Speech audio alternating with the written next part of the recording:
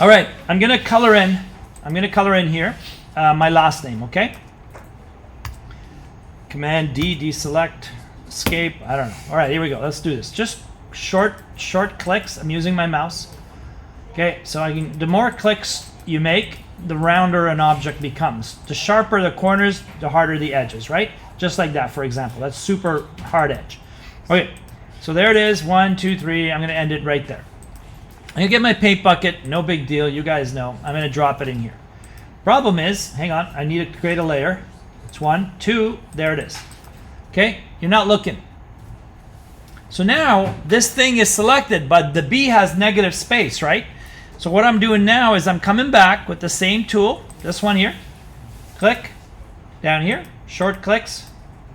Okay, now in Microsoft Office, Control X is cut, right? So Command X, boom, done. Command D, deselect. I'll do it over here.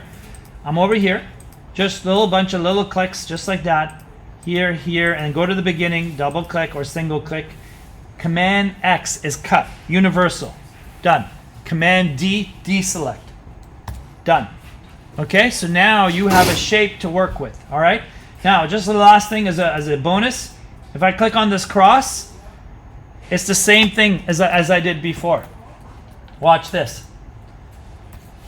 I have to hit B, of course. Come on, Balian, let's go. Look, without doing the marching ants.